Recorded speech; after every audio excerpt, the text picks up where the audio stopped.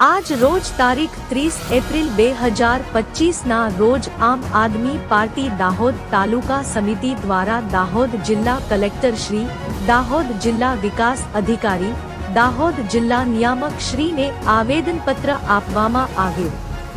દાહોદ તાલુકાના તમામ ગામોમાં મનરેગા યોજનામાં છેલ્લા 5 વર્ષમાં મટીરીયલ્સના કામોમાં બહુ મોટા પાયે ભ્રષ્ટાચાર થયેલ છે, જેવા કે છેક ડેમ, નહેર, માટી મેટલ રોડ, સી કેટલ શેડ, સંરક્ષણ દિવાલ, કૂવા તથા તમામ મટીરીયલ્સના કામોમાં એજન્સી અને મનરેગા શાખાના અધિકારીઓ દ્વારા ખૂબ મોટા પાયે ભ્રષ્ટાચાર કરેલ છે અને ખોટા બિલો પાસ કરેલ છે અને સ્થળ પર કોઈ પણ પ્રકારનું કામ કરેલ નથી. તેથી દાહોદ તાલુકાના તમામ ગામોમાં મટીરીયલ્સના કામોની સ્થળ પર તપાસ કરવામાં આવે અને જવાબદાર તમામ અધિકારીઓ પર કાયદેસરની કાર્યવાહી કરવામાં આવે અને તમામ એજન્સી અને એજન્સીના માલિક પર કાયદેસરની કાર્યવાહી કરવામાં આવે એવી માંગણી સાથે અમારી આમ આદમી પાર્ટી દાહોદ સમિતિ દ્વારા આવેદનપત્ર આપી રજૂઆત કરવામાં આવી. વધુમાં જણાવ્યું કે